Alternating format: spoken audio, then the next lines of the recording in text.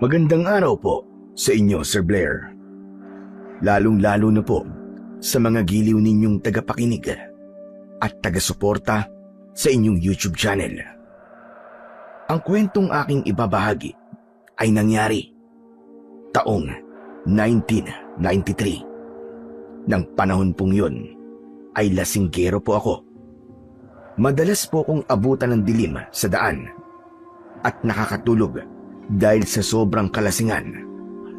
Madalas din po kaming nag-aaway ng aking ama dahil sa pagiging lango ko sa alak. Nangyari po yun dahil sa sobrang sakit na aking naranasan. Nang iwan ako ng babaeng pinakamamahal ko, hindi ko alam kung ano ang dahilan at basta na lamang niya akong iniwan nang walang paalam. Magmula noon, unti-unti ko nang sinira ang aking buhay sa pamamagitan ng paglalasing. Pati trabaho ko sa bukid ay napabayaan ko na rin. Ngunit isang araw, nagising kaming magkakaibigan na nasa ibang lugar na kami. At doon nagsimula ang nakakakilabot na karanasan na hindi ko po makakalimutan. Kilalanin niyo na lamang po ako sa pangalang Ato. At ito ang aking kwento. Anak ng putya, lasing ka na naman ba, Ato? Hindi ka na ba talaga magtatrabaho sa bukid? Tay, pwede ba? Huwag niyo na akong pinakikialaman. Hindi naman ako humihingi sa inyo ng pambili ng alak ko Bakit hindi kita pakikialaman, ha? Aba, araw-araw kang umiinom. Niluluto mo ang atay mo sa alak. Paano kung magkasakit ka? Wala tayong perang ipagtutustos sa pagpapagamot sa'yo. Ay nako, puro na lang alak ang inaatupag mo. Magtrabaho ka naman. Sa kanyo na problemahin ang bagay na yan, Tay. Kapag nasa ospital na ako, wala pa naman ako dun Anak ng tetego, pambihira kang bata ka. Palagi mo na lang akong pinag-aalala ba? Kagaya na lamang nang nangyari sa'yo kahapon. Dinala ka rito ng mga tanod dahil natulog ka ba naman sa gitna ng kalsada? Nang dahil sa sobra mong kalasingan. Paano? Kung nasagasaan ka ng sasakyan doon, ha? Tapos namatay ka. Buhay pa naman ako Hindi naman ako namatay. Kaya anong kinakagalit nyo? Isa pa, nakikita nyo naman, di ba? Malakas yung katawan ko. Vitamins ko na ang alak, Tay. Pampalakas ko yun. Kaya huwag nyo na akong pigilan sa ginagawa ko. Tsaka, masaya ako kapag nalalasing Nalilimutan ko ang lahat ng problema ko. Problema. Puro ganyan ang dahilan mo. Nagbago ka lang naman nang iwang ka ni Susan. Anak, kalimutan mo na siya. Marami pa namang ibang babae dyan. Marami rin naman ang nagkakagusto sa'yo. Bakit hindi mo na lang ibaling sa iba ang pagtingin mo? Hindi ko kailangan ng babae. Wala silang kwenta. Kaya huwag niyo mabanggit-banggit sa akin yung Susan na yan, Umiinit lang ang ulo ko Imbis ng ganda-ganda ng mood ko Ay nako. Anak, huwag mong daanin palagi sa init ng ulo ang lahat ng bagay. Isa pa, kinakausap kita ng maayos. Anak, hindi ka ba naaawa sa katawan mo at sa kalagayan mo? Ba't naman ako maaawa sa sarili ko? Wala akong kwentang asawa. Gusto ko lang magpakalasing para makalimot ako. Ay nako, pambihira ka talaga. Pinabaliwala mo palagi ang pag-aalala ko sa'yo. Bakit sinisira mo ang buhay mo, anak? Bata ka pa. Makakahanap ka pa ng mas mabuting babae kaysa doon kay Susan. Sabi na huwag niyong babanggitin ang pangalan niya Ano ba kayo? Dala ng bugso ng aking damdamin, binasag ko ang bote ng alak sa harapan ng aking ama na si Doroteo at umagos ang luha sa aking pisngi. Kung natuturuan lang sana ang puso na magmahal ng iba. Matagal ko nang ginawa yun, tay. Pero hindi. Andito pa rin, oh. Andito pa rin ang sakit. Kaya nakikiusap ako sa inyo na wag niyo nang babanggitin ang pangalan ng babaeng yon. Dahil pakiramdam ko, inutil ako. Inutil akong lalaki. Wala akong kwenta. Kaya ba pinaparusahan mo sarili mo? Imbis na turuan niyo ako, bakit hindi niyo yun sabihin sa sarili niyo, tay? Huwag niyo akong itulad sa inyo na manhid. Hindi kayo nasaktan ng iwan kayo ni nanay na sumama siya sa ibang lalaki. Baka nga pati ang asawa ko sumama na rin sa ibang lalaki. Kaya iniwanan niya ako. Magkaiba tayo ng sitwasyon, anak. Walang kinalaman dito ang nanay mo. Meron siyang kinalaman dito, tay. Dahil sa ginawa niya, lahat na lang ng babae at tingin ko kagaya niya. Pero kahit na anong pag-iingat ang gawin ko, nawasak pa rin ang pamilya ko. Malas lang talaga ang buhay ko na to. Buwisit na yan. Hindi ko alam kung kailan ba ako mamamatay. Nang matapos na itong panghihirap ko to. O mas mabuti pang magpakamatay na lamang ako. Hoy, Ato! Ang bibig mo, ha? Baka paduguin ko yan sa suntok. Huwag na huwag kang magsasalita ng ganyan. Masarap ang mabuhay at masamang magpakamatay. Kasalanan sa Panginoong Diyos yun. Mortal na kasalanan. Pwede ba tayo tumigil na kayo? Ang mabuti pa, ibili nyo na lang ako ng alak nang sumaya naman ang buhay ko. Alak ba ka mo? Eh wala nga tayong pambili ng bigas. Alak pa kaya? Kaya wala ka ng pambili ng alak. Tumigil ka na sa pag-inom-inom mo na yan. Matulog ka na lang. Kaya aga-aga lasing ka. Kung nagtatrabaho ka na lang sana sa bukid, nagkaroon ka sana ng silbi. Alam mo naman na mahirap ang trabaho ngayon. Pero binabaliwala mo ang trabahong dumarating dito sa bahay. Sayang naman, anak. Malaki ang nawawala sa atin. Dahil sa ingay ni tatay, tuluyan nang nagpantig ang aking tenga. Nagwala ako at diretso akong pumasok sa loob ng kusina. Kinuha ko ang plato at mga baso. Saka ako nagbasag ng mga kagamitan. Pinigilan ako ng aking ama, ngunit tuloy pa rin ako sa aking pagwawala. Aba, nagwawala ka na ngayon. Lalaban ka na sa akin, ha? Dahil balasing ka, kaya malakas ang loob mo, at kaya nagagawa mo ang mga bagay na yan. Pinagsasabihan lang naman kita, anak, para magising ka na sa katotohanan. Kapag lasing ako, huwag niyo akong sisermonan. Umiinit lang lalo ang ulo ko. Tatay ko lang kayo, at anak niyo lang ako. Ako pa rin naman susunod sa gusto kong mangyari sa buhay ko. Naiintindihan niyo? Ba't tarantadong to? Hindi mo alam ang sinasabi mo. Pinagsasabihan lang kita dahil nag-aalala ko sa'yo.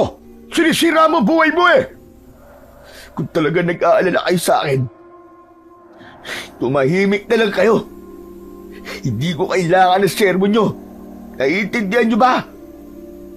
Kung ayaw mo pagsabihan kita, lumayas ka sa pamamahay ko. Talaga lalayas ako. Pero bago yon, magwawala na muna ako. Sisirain ko lahat ng gamit nito. Para naman madala-dala kayo sa pagsisermon nyo sa akin. Hindi na ako napigilan ni tatay sa aking pagwawala. Malungkot niya akong pinanood habang binabasag ko ang aming mga gamit. Ang mga kapitbahay namin ay kanya-kanyang labas sa kani-kanilang mga bahay. Habang narinig ko ang kanilang mga pinag-uusapan, nagwawala na naman daw ang lasinggerong anak ni Doroteo. Kaya naman, mas lalong uminit ang aking ulo at binato ko sila ng basag na baso. Dahil sa takot, umalis sila sa tapat ng aming bahay habang nagmumura. Sa aking paglingon, Sa gawin ng aking ama, sumalubong sa akin ang malakas niyang suntok at tumama yon sa aking panga. Bumagsak ako sa sahig habang sapu-sapu ko ng palad ang aking bibig. Hayop ka! Wala ka nang pakinabang! Nagwawala ka pa! Sinagad mo ang pasensya ko eh! Anong ginawa mo? Pinagbabasag mo mga plato at baso natin na hindi naman ikaw ang bumili! Ala-ala pa yan ang nanay mo. Tapos ginanyan mo lang? Bumangon ako mula sa pagkakahiga at nakakalokong ngisi ang itinugon ko sa aking ama dahil sa malakas na suntok na tumama sa aking muka. Nawala ang kalasingan ko, lalo na nang umagos ang dugo mula sa pumutok kong labi. Hanggang ngayon, pinapahalagahan niyo pa rin ang mga alaala ni nanay. Talaga palang martir kayo, tay. Martir kayo. Tapos ang galing-galing niyo magpangaral sa akin. Eh mas malala pa nga kayo sa akin eh. Wala na si nanay, tay. Iniwan na niya tayo. Dahil nga wala siyang kwenta. Malande at makatisang babae. Dapat nga magpasalamat pa kayo sa akin eh. Dahil binasag ko na mga gamit niya. Wala na kayong maaalala tungkol sa kanya. Kahit gaano pa siya kasama, nanay mo pa rin siya. Ikaw, hindi ka nakakasigurado na tatay mo ko. Pero ang nanay mo, kahit na ilang lalaki pa dumaan sa buhay niya, nakakasiguro ka na siya ang nanay mo. Kaya wag mo siyang pagsalitaan ng ganyan. Dahil kahit pagbalibalig ta rin man ang mundo, nanay mo pa rin siya. Kalokohan. Matagal nang patay ang nanay ko. Isa pa, bakit ba kayo apektado kapag pinagsasabihan ko ng masakit si nanay, ha? Siguro kayo po ang dahilan kung bakit kayo naghiwalay, no? Kagaya na nangyari sa'yo, Ato. Umalis ang nanay mo nang walang paalam. Ngunit hindi ako nasaktan sa ginawa niya. Dahil alam ko na may pagkukulang din ako. Kaya niya ako iniwan. Lalo na, at ginawa ko naman ang lahat para sa pamilya natin. Sana, ganun din ang gawin mo. Hindi yung sinisira mo ang buhay mo.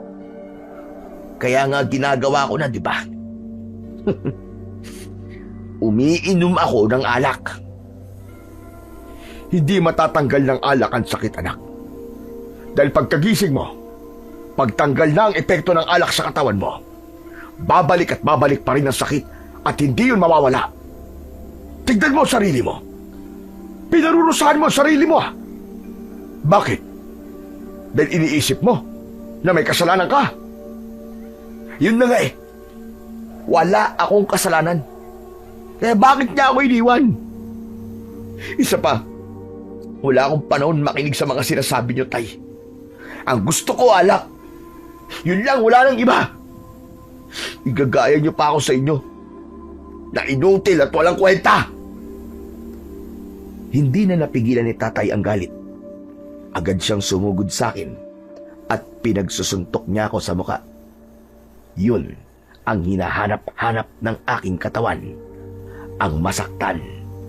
Ang maparusahan ng aking ama. Pagkatapos akong bugbugin ni tatay, ay agad akong tumakbo sa labas. Kahit pasuray-suray ako, ay nagawa ko pa ring makarating sa bahay ng aking kaibigan na si Roger.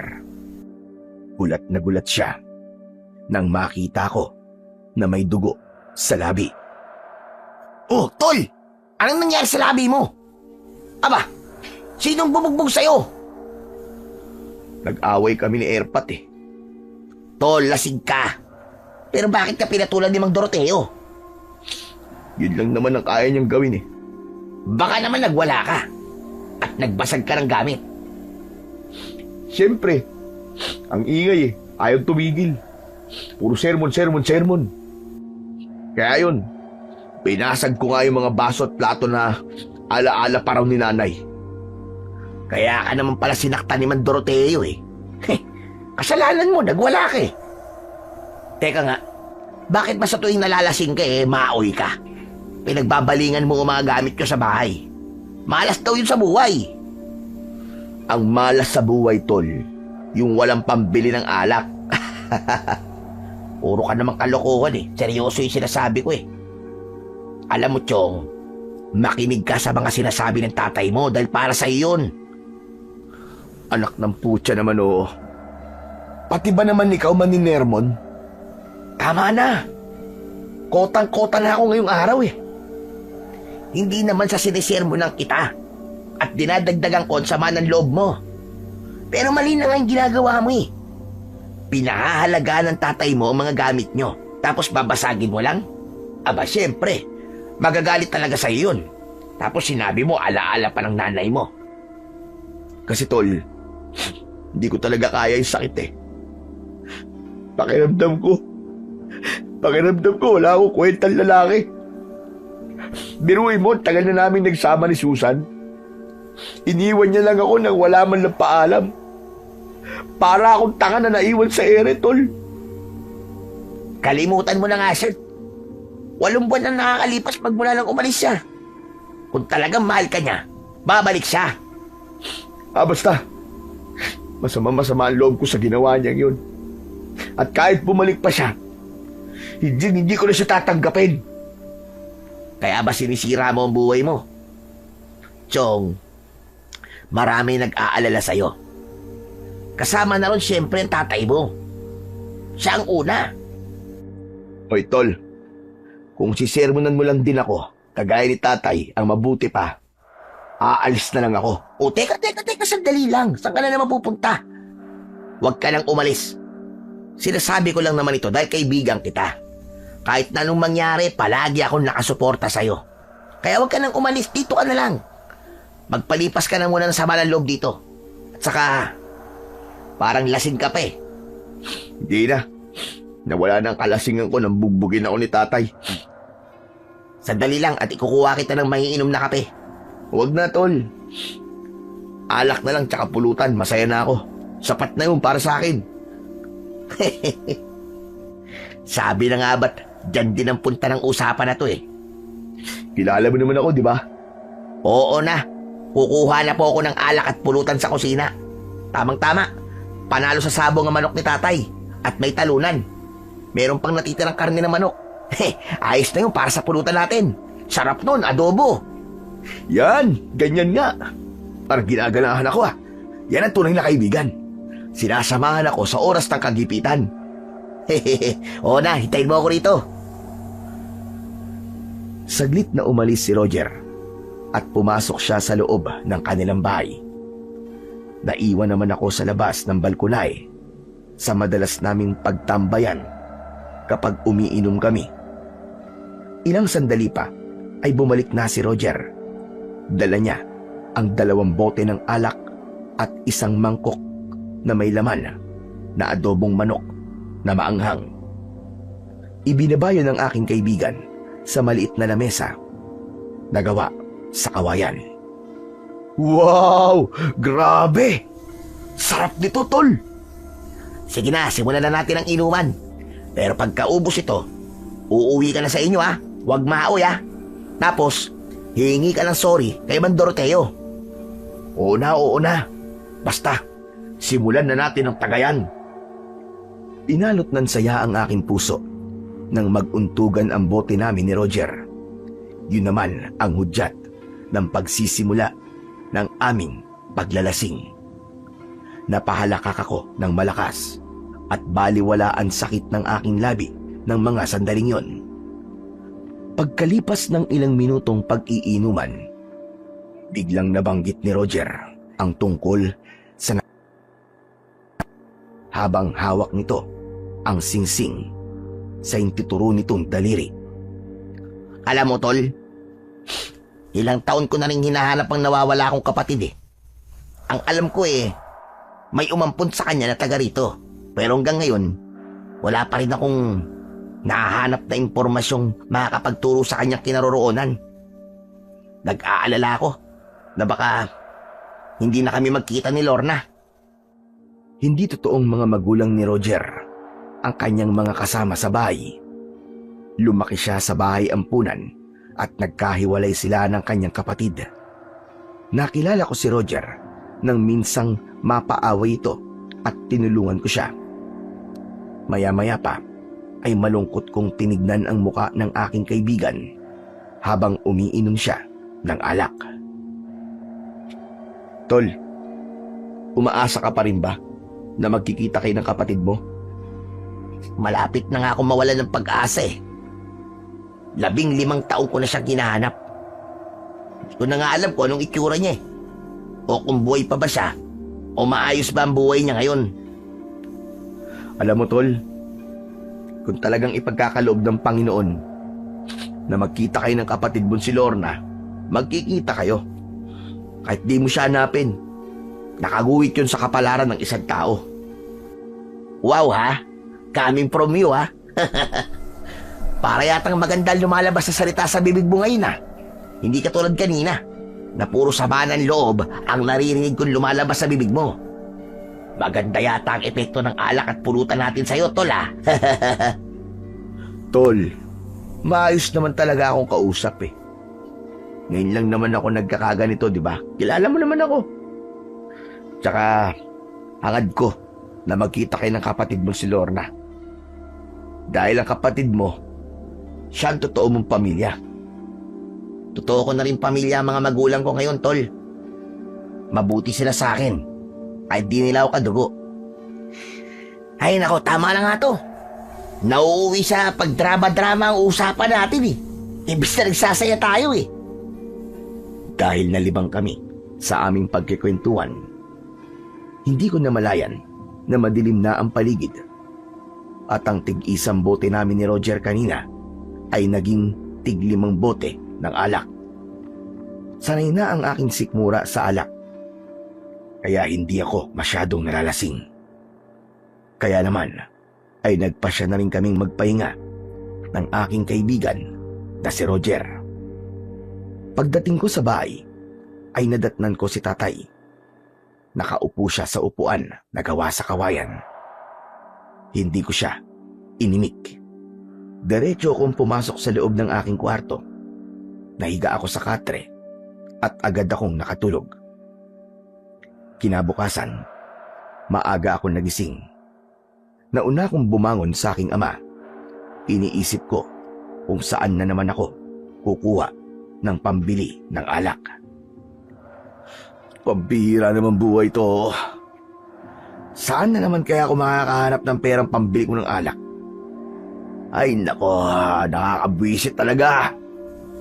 Sana makahanap ako ng mahiwagang bote ng alak na hindi nauubusan ng laman. Natatawa na lamang ako sa aking naiisip. Maya-maya pa ay biglang napako ang aking paningin sa aking bagong bili na araro. Sumilay ang nakakalokong ngiti sa aking labi at napalingon sa gawi ng silid ni tatay. Maingat kong binuhat ang araro at dinala ko yun sa bahay ni Mang Derto. Oh, ito na Mang Derto. Ito na ang pinag-usapan natin nung isang araw ha. Bibili niyo po ba? Bagong-bago po tong araron to. Isang gamitan pa lang po to at mura ko lang po ipagbibili sa inyo. Pwede nga po yung palit alak na lang eh. Kahit walang pera eh. Nag-aalalang napatitig sa akin si Mang Derto. Halata sa kanya na nagdadalawang isip siyang bilhin ang aking araro. Maya-maya pa ay napilitan din itong kunin ang aking gamit kapalit ng 10 bote ng alak. Nag-abot din siya sa akin ng pambili ng pulutan. Kaya naman, ganun na lamang ang aking tuwa nang bitbitin ko ang mga bote ng alak at dalhin yun sa bukid. Tumigil ako sa tapat ng puno na madalas kong pagtambayan. Pagkalipas ng ilang minutong pag-iinom, nakaubos na ako ng 2 bote ng alak. Maya-maya pa, natigilan ako nang makarinig ako ng yabag mula sa aking likuran. Tumambad sa aking paningin ang galit na si tatay. Hayop ka! Ibinenta mo ang araro kapalit ng alak na yan? Wala ka talagang awa sa akin ah! Tay, sandali! Bitiwan niyo ang braso ko! Nasasaktan ako eh! Ano ba problema niyo? Ha? Sa akin naman ang araw-araw yun Kahit na sa'yo pa ang gamit na yun. Alam mo naman na yun lang ang ginagamit kong panghanap buhay para sa pagkain natin dalawa. Pagkatapos mababalitaan ko na lang na ibinenta mo na kay paring Gerto ang araro sa murang halaga. Kapalit lang ng alak mo. Ano bang pakialam niyo sa gamit ko? Di ba ganap din kayo ng gamit niyo na pwede niyong ibenta?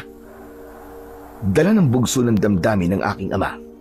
Umangat ang kanyang kamao at tumama yun sa aking muka. Wala ka talagang konsensya, napakahayop mo. Wala kang awa sa akin. Tama lang pala na iniwan ka ni Susan. Dahil wala kang kwentang tao. Inutil ka. Huwag niyo mabanggit-banggit sa akin ang pangalan ng babaeng yun, Tay. Wala akong ginawang masama sa inyo para saktan niyo ako. Bitiwan niyo ang braso ko. At huwag niyo akong pilitin na lumaban sa inyo. O sige, lumabang ka. Nang makita mong hinahanap mo, tarantado ka. Binitiwan ni tatay ang aking braso at sinipa niya ako sa aking tagiliran. Tuluyan ko nang nakalimutan na siya ang aking ama. Gumanti ako sa kanya ng suntok na agad naman niyang naiwasan. Gumanti si tatay sa akin ng sipa na tumama sa aking sikmura. Napaatras ako ng hakbang, ngunit agad akong nakabawi ng suntok sa kanya na tumama naman sa kanyang muka. Saglit siyang natigilan, pero agad din siyang nakabawi sa pagkabigla at magkakasunod na suntok ang tumama sa aking dibdib. Bumagsak ako sa lupa at dinuro ako ng aking ama. Simula sa araw na to, hindi na kita anak, hayop ka. Wala kang utang na loob. Naiintindihan ko na sana ang pag-inom-inom mo ng alak Pero wala ka na. Malala ka na. Lulong ka na. Hindi na yan makatarungan dahil nagiging asal hayop ka na. Pati ako, hindi mo na ako ginagalang. Kayo ang pumilit sa akin na labanan kayo. Dahil sumusobra na kayo Kaya kasalanan nyo kung bakit hindi ko kayo nire-respeto. Pues, kung hindi mo ko kayang irespeto, kalimutan mo na rin na may ama ka. Hindi na hinintay ni tatay na ako ay sumagot. Agad siyang umalis sa aking harapan. Pinunasan ko naman ng daliri ang aking dugo sa labi. Saka ako tumayo at naupo sa tabi ng natitira kong alak. Napatanaw ako sa palayan at muling tumungga ng alak. Kaya lang, nasaktan ako nang lumapat ang likido sa pumutok ko na labi. Lintik na yan, oo. Nakakainis. Hindi tuloy ako makainom na maayos. Aray, ang hapdi. Pagsapit ng gabi, ay nagpasya na akong umuwi sa bahay. Dala ang natitirang bote ng alak. Nadatnan kong nakasarado ang pinto. Nasa bintana si tatay na parabang sadya niya akong hinintay. Tay, buksan niyo itong pinto. Papasok ako. Gusto ko na matulog. Simula kanina, wala ka ng bahay na uuwian. Tapos na tayo bilang mag-ama. Kaya lumayas ka sa pamamahay ko. Hindi kita kailangan dito, bastos! Tay, pwede ba? Tigilan niyo na nga kadramahan niyo sa buhay. Papasuin niyo na ako. Dahil kung hindi, magwawala ako rito. Imbis na pagbuksan ako ng pinto, pinagsarahan pa ako ng bintana at pinatayan ako ng ilaw. Nagwala ako sa labas, ngunit ako lamang din ang napagod. Kaya naman, umalis na lang ako sa tapat ng bahay namin at naglakad sa mabatong kalsada. Hanggang sa humantong ako sa abandonadong kubo. Naupo ako roon habang umaasa sa liwanag na tanglaw ng buwan. Inilapag ko ang aking dalang alak at tinunggayon habang nagsasalita na mag-isa. Akala siguro mamamatay ako kung lalayas ako sa bahay niya. Pwe? Wala siyang kwentang ama. Mawalang galang na sa'yo, iyo. Maaari ba akong maupo sa tapat ng lamesa mo? Pwede naman po. Basta tahimik lang kayo Huwag kayong manenermon, kagaya ng aking ama, na walang kakwenta-kwenta. Sa pananalita mo, mukhang lasing ka na. Pero sa kilos mo ay hindi pa. Nakita ko, magaling kang makipagsuntukan sa iyong ama. Natigilan ako sa aking narinig at nahinto ang bote ng alak sa ere. Napatitig ako sa kanya habang dahan-dahan kong ibinababa ang alak sa lamesa. Teka. Nakita niyo yung ginawa ko kanina? Siguro kayo na niyo pa ako sinusundan, no? Hindi naman kita sinusundan. Nagkataon lang naman na nakita ko kayo sa palayan habang nagpapahinga ko. Akala ko naman balak niyo na rin makialam sa buhay ko Pwedeng ganun na rin, iyo. Nilulunod mo ang katawan mo sa alak. Kaya unti-unti kanyang binabago. Pati ang ama mo, nagagawa mo ng labanan.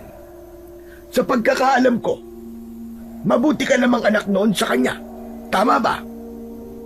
Teka, sa tono ng pananalita niyo, parang kilala niyo ako Tumawa ang matanda, saka tumayo at naghubad ng sinturon.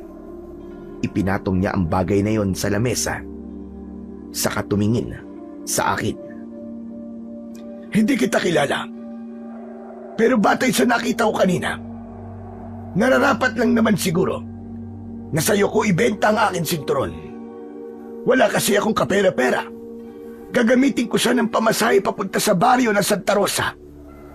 Baka naman maaari mong bilhin na ang sinturon ko para may pangpamasahe ako. Ako pa talaga napili yung pagbenta ng sinturon nyo, tatang wala nga rin akong kapera-pera. Alam kong may pera ka. Dahil kakabenta mo lamang ng araro mo kanina, hindi ba? Anak na po, galing mo Pati pala pinag-usapan namin ni tatay, narinig mo rin. Ayos din kayo no? Hindi halata na chismoso kayo Kagaya ng sinabi ko, aksidente ko lang narinig ang usapan yung mag-ama. Sige na, kahit magkano kunin mo na itong sinturon ko. Isa pa, mamahalin ang akin sinturon. Pwede mo yung ibenta sa mas mahal na halaga. Bigla akong nagka-interes sa sinturon nang marinig ko ang sinabi ng matanda. Kaya naman, palihim kong hinawakan ang aking bulsa na may laman na 100 piso. Kahit magkano? Papayag kayo? Oo, madali naman akong makakasakay ng bus kung may pambayad ako sa sasakyan kahit magkano. O sige. Ibibigay ko sa inyo ang 100 piso. Pero siguraduhin nyo na mabibenta ko to sa mas mahal na halaga. Oo, pero mas maganda kung gamitin mo muna para masubukan mo ang kalidad ng produkto. Isa pa, mukhang luwag na ang pantalon mo. Tamang-tama sa sinturon ko. Nang maiabot ko ang pera sa matanda, ay hinawakan ko ang sinturon. Maya-maya pa ay nagpaalam na rin ito at umalis sa aking harapan. Aba, ayos Mukhang mamahalin nga to. Yari sa balat ng hayop ang sinturon at wala man lang gasgas. Tama-tama. Susubukan ko muna para malaman ko kung gaano to kaganda. Tumayo ako at isinuot ko kagad ang sinturon. Nang maisara ko yon, ay bigla kong naramdaman ang paghigpit nun sa aking bewang. Uy! Ang galing Automatic na umihigpit yung sinturon Panigurado kikita ako ng mas malaking halaga dito kapag nabenta ko to sa iba. Ang hina pala ng isip ng matandang yun. Ibinenta niya sa akin sa murang halaga lang ang sinturon na to. Halata naman na mamahalin to Automatic ba naman Dahil sa aking tuwa, ay sumayaw ako at nagsisigaw. Lahat naman ng taong dumaraan sa tapat ng kubo ay bakas sa mukha ang pagkadismaya. Hindi na naman daw sila makakatulog dahil sa aking ingay. Maya-maya pa ay dumating ang kaibigan kong si Roger. May dala din siyang alak at nagulat sa aking itsura. Uy! Anak naman ng 7 tipaklong, oo. Palagi na lamang putok ang labi mo tuwing nagkikita tayo, ah. Ano na naman ba nangyari sa'yo, ha? Pa ba? Di ka dating gawi. Pero kalimutan mo na yun. Magpakasaya na lamang muna tayo. Malaya na ako! Teka. Anong malaya ang pinagsasasabi mo? Malaya na ako. Tinakwil na ako ni tatay. Wala na akong ama, kaya malaya na ako. Ano? At masaya ka pa ng lagay na yan, ha? Anong gusto mong gawin ko? Umiyak, nagalupasay, ganon. Ako.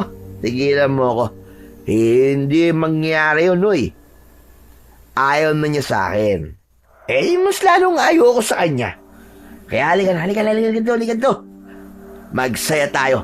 Buksan mo na yung dala mong alak at magpakalunod tayo sa saya. Malakas akong napasigaw. Nagtatatalon pa ako. Nagpupukpok ng kamay sa lamesa. Tuluyan na akong nambulabog ng mga taong natutulog. Wala naman silang magawa para awatin ako. Maging si Roger ay nahawa na rin sa kakaibang saya na aking nararamdaman. Kumanta kami. Nagbasag ng bote hanggang sa may dumating na 3 lalaki. Galit na dinuro kami. Masyado raw kaming maingay. Bakit? Ha? Sa'yo ba ang lugar na to? Kayo ba nakabili nito? Tol, mukhang gusto yata lang gulo niyan, tol, eh. Nag-aamon yata, eh. Kung gusto niya ng gulo, ibibigay ko yun sa kanya. Hindi na ako naghintay. Nang sasabihin ng lalaking dumuro sa akin, agad ko siyang sinipa sa sikmura. Napaatras siya at gumanti naman siya sa akin ng sipa na tumama naman sa aking balikat. Si Roger naman ay nakipagpambuno sa 2 lalaking biglang dumating, habang ako naman ay hinarap kong muli ang aking kalaban. Nagpalitan kami ng suntok. Sa kanya ko ibinuhos ang galit at sama ng aking loob para sa aking ama. Bumagsak ang lalaki sa lupa, kaya nagkaroon ako ng pagkakataon. Magkakasunod na suntok ang tumama sa mukha nito hanggang sa hindi na ito makalaban. Natakot din ang iba nitong mga kasama at hinila ang lalaki papalayo sa aming kinaroroonan. O ano? Mga wala pala kayo, eh. Matapang lang kayo dahil akala nyo kayang-kaya nyo kami. Hoy! Ibahin nyo kami! O ano? Nasaan ang tapang nyo ngayon? Bumalik kayo dito! Bumalik kayo! Tama na, tol, tama na. Pabayaan na natin sila. Hoy! Ang ganda naman yata ng sinturon mo. Ngayon ko lang napansin yan. Napatingin ako sa suot kong sinturon at para bang kumislap ang bakal nun sa aking bewang. Eto ba? Bagong bili ko to, tol. Halika. Huwag na muna natin pag-usapan to. Ituloy na lang natin ang inuman. Samahan mo ko rito sa kubo. At dito na tayo matulog. Masaya naming ipinagpatuloy ang pag-iinuman. Naubos namin ng alak hanggang sa tuluyan na kaming nakatulog. Kinabukasan ay nagulat ako sa lugar na tumambad sa aking paningin. Teka. Nasaan ako? Anong klaseng lugar to? Hindi naman kami rito nag-inuman kagabi, ha? Ang huling natatandaan ko nasa kubo kami. Bakit narito kami sa balkonahe ng malaking bahay na gawa sa sawali? Anak naman ng putya, oh. Pinagtripan na yata kami, ha? Napako ang aking paningin sa natutulog na si Roger. Agad siyang nagising dahil sa ingay ng mga tao na nasa harapan namin.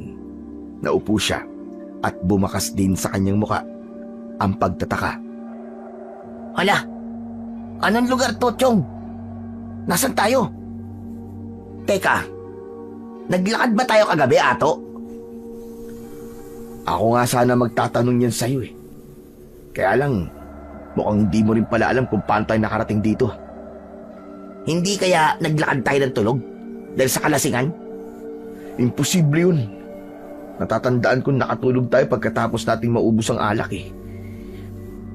Isa pa, hindi ako pamilyar sa lugar na to. Ngayon lang ako nakarating dito eh. Sino kaya nagdala sa atin rito? Imposible naman na nakarating tayo dito nang hindi natin namamalayan. Ewan ko. Ang gulo ng isip ko. Wala talaga akong maalala. Ang natatandaan ko lang, natulog tayo. Diyos ko, anong klaseng lugar to? Kakaunti ang bahay at ang sama ng tingin ng mga tao sa atin. Saglit kaming natigilan, lalo na nang napako ang aming paningin sa pinagkakaguluhan ng mga tao. Teka, ano ba yung pinagkakaguluhan ng mga tao sa tapat ng bahay na to? Halika, tignan natin para makita natin. Agad kaming tumayo ni Roger at nilapitan ang mga tao. Ganun na lamang ang panlalaki ng aming mga mata nang tumambad sa aming paningin ang lalaking nakahandusay sa lupa habang nakadilat ang mga mata. Wakwak ang tiyan at butas ang leeg. Maputla ang balat at naliligo sa sarili niyang dugo. Bumundol ang kaba sa aking dibdib nang tumingin sa amin ang mga taong naroroon. Tol, bakit ganyan sila makatingin sa atin? Ano ba kasing nangyayari? Hindi kaya ang lalaking yan ang nakaaway natin kagabi? Naku, imposible. Kilala ko ang mga lalaking nakaaway natin kagabi. Isa pa, tumakbo sila papalayo sa atin, di ba? Hindi ko nga kilala ang lalaking yan eh. Pero batay sa tingin ng mga tao sa atin, para bang iniisip nila na tayo ang pumatay dyan sa lalaki? Bigla kaming natigilan nang dumating ang maraming tanod, kasama ang tinatawag nilang kapitan sa lugar na yon. At nasisiguro ko na hindi siya ang kapitan namin sa baryo.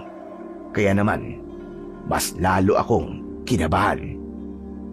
Sila ba? Sila ba ang dalawang lalaking dayo? Itinuro kami ng lalaki sa kapitan at agad niya kaming pinahawakan sa kanyang mga tanod. O teka, anong ginagawa nyo ah? Bitiwan nyo kami! Bakit nyo kami hinuhuli? Dahil kayo ang pumatay sa lalaking ito, hindi ba? Naku, nagkakamali kayo. Hindi po namin kilala lalaking yan. Hindi kami pumatay dyan. Kung ganon, sino kayo? Taga saan kayo? Po, taga Baryo Alimpok po kami. Bakit po ba? Taga Baryo Alimpok ba mo? Kung ganon, anong ginagawa nyo rito sa baryo ng Santa Rosa? Paano kayo nakarating dito? Teka, sandali lang po. Baryo to na Santa Rosa? Hindi po ba't 4 na barangay muna ang kailangan naming daanan bago kami makarating dito? Aba, paano nangyari yun? Abay, hindi ko alam. Malay ko sa inyo. At saka paano hindi nyo alam kung bakit kayo narito ha? Paano kayo nakarating dito? At bakit kasama nyo ang lalaking ito? Wala po talaga kaming alam, kapitan eh. Lumang style na yan. Kumita na yan. Nagpapaliwanag po kami ng maayos, kapitan. Totoong wala po kaming alam sa nangyari sa lalaking yan. Kung kami ang pumatay dyan, bakit hindi kami tumakas? At dito pa kami natulog? Dahil kasama ito sa plano nyo. Para hindi kayo paghinalaan. Sa barangay na kayo magpaliwanag. At doon nyo na lamang hintayin ang pagdating ng mga pulis na uhuli sa inyo. Tsaka teka, sandali lang. Amoy alak kayong dalawa. Dahil sa sobrang kalasigan nyo, pumatay kayo ng tao. Kaya wala na kayong kawala. Hala, sige na. Lakad! Teka, maniwala po kayo sa amin, kapitan. Hindi po kami pumatay sa lalaking yan. Nagkakamali kayo. Kaya bitiwan niyo na po ako, pwede ba? Wala po kayong sapat na ebidensya na kami ang pumatay sa lalaking yan. Hindi ako naniniwala sa inyo. Hindi niyo nga alam kung paano kayo nakarating dito eh. Hala, sige na. Dali na ang dalawang yan sa barangay. Teka, wala kami kasalanan. Nagising na lang kami, nandito na kami sa baryo niyo eh. Ano ba, wala kami kasalanan. Habang nagpupumiglas ako, ay napansin ko ang matandang lalaki. Nakatayo siya sa ilalim ng puno habang nakatingin sa akin. Teka, siya yun! Siya yung matandang lalaki nagbenta sa akin ng sinturon! Baka alam niya kung paano kami nakarating dito! Ngunit tumalikod na ang matandang lalaki at agad na umalis sa lugar na yon. Naalala ko na sa Santa Rosa pupunta ang matanda. Nang gabing magkausap kami, kaya natitiyak ko ng mga sandaling yon na ang matanda ang nakakaalam kung bakit kami nasa baryo ng Santa Rosa. Maya-maya pa ay bigla na kaming kinaladkad ng mga tanod papunta sa barangay hall. Tol, anong gagawin nila sa atin? Wala tayong kasalanan. Hindi naman tayong pumatay sa lalaking yun, di ba? Kaya bakit nila tayo inuhuli? Hindi ko nga rin alam, Roger eh. Naguguluhan na rin ako. Basta't ang natatandaan ko lang, nagising tayo sa baryong to. Ano ba kasing klaseng lugar to? Nakakainis. Wala man lang akong maalala. Wala na kayong magagawa. Dahil kayong dalawa, ang pangunahing suspect sa pagkamatay ng lalaking yon. Hindi nga kami pumatay ron, Kapitan. Bakit bang kulit mo? Brutal ang pagkakapas lang doon sa lalaki. Hindi yung kagagawa ng tao. Baka hayop, pwede pa. Paano nyo patutunayan na hindi kayo may gawa nun, ha? May natagpuan na basag na bote sa higaan nyo. Baka nga yung pa ang ginamit nyo para patayin ng lalaki. Wala kayong naaalala dahil sa kalisingan nyo. Pambihira. Lulusot pa kayo eh. Hala, sige. Lakad! Kahit na anong paliwanag ang aming gawin, ay hindi kami pinakinggan ni Kapitan. Pagsapit namin sa punong tanggapan, agad nila kaming ikinulong at hiningian ng ID. Wala namang kaming maipakita dahil ang lahat ng aking gamit ay naiwan ko sa bahay. Pati si Roger ay dismayado rin sa nangyari sa amin. Dahil pati raw siya ay nadabay. Pakawalan niyo kami, Kapitan! Nakikiusap naman kami sa iyo. Wala kayong nakita sa amin na ebidensya na makapagpapatunay na kami nga talaga ang pumatay sa lalaking yun. Kahit na pa eh, hindi pa rin ako naniniwala sa inyo. Lalo na, at dahil lamang kayo sa baryo namin. Habang tinatanong kami ni Kapitan, ay nahagip ng aking paningin ang matandang lalaki. Sumunod pala siya sa amin at kausap niya ang isa sa mga tanod. Hindi ko matawag ang kanyang pangalan dahil hindi ko naman siya kilala. Bigla ko na lang ulit naramdaman ang pag-iinit ng aking sinturon. Kaya naalala ko ang tungkol sa bagay na yon. Tatang! Tatang, sandali! Tulungan niyo po kami! Ako po yung bumili ng sinturon niyo! Tumingin lang sa akin ang matanda at umalis sa harap ng barangay hall. Kaya dismayado kong napatingin kay Roger. Ato, ang matanda bang yung kanina? Ang nagbigay sa'yo ng sinturon? Uy, baka alam niya kung paano tayo nakarating dito. Pero mukha naman siyang walang alam sa nangyari. Hindi kang kanya pinansin eh. Huwag mo munang isipin yun, tol. Ang isipin mo, kung paano tayo makakalaya rito. At kung paano tayo nakarating dito. Kung bakit wala tayong maalala.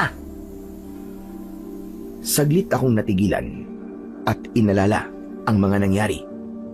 Pero kahit anong gawin ko, ay walang pumapasok sa aking isip. Magdamag kaming ikinulong sa barangay. Ngunit wala pa ring dumating na pulis para kami ay dalhin sa bayan.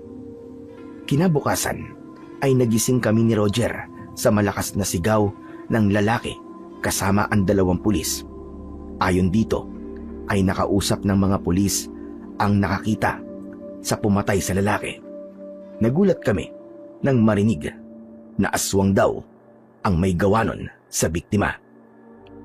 Ano ka mo? Aswang ang may gawa nun sa lalaki. Abay, imposible. Walang aswang sa baryo natin. Ngunit ipinagpilitan ng lalaki na meron daw makakapagpatunay na totoo ang sinasabi nito at hawak na raw ng mga pulis ang testigo. Naniwala rin ang 2 pulis na dumating dahil sa kabilang baryo raw ay may ganun na din daw na kaso ng pagpatay ng mga aswang. At sila mismo ay nakakita rin ng ganung klaseng nilalang. Dahil sa aming mga narinig, nabuhayan kami ng loob na kami ay makakalaya na. Kapitan, narinig namin aswang ang may gawa nun sa lalaki. Kaya palayain niyo na po kami. Kung ayaw niyong ireklamo namin kayo. Napilitan si Kapitan at pinakawalan niya kami. Mabilis kaming lumabas ng kulungan at nilapitan ko si Kapitan.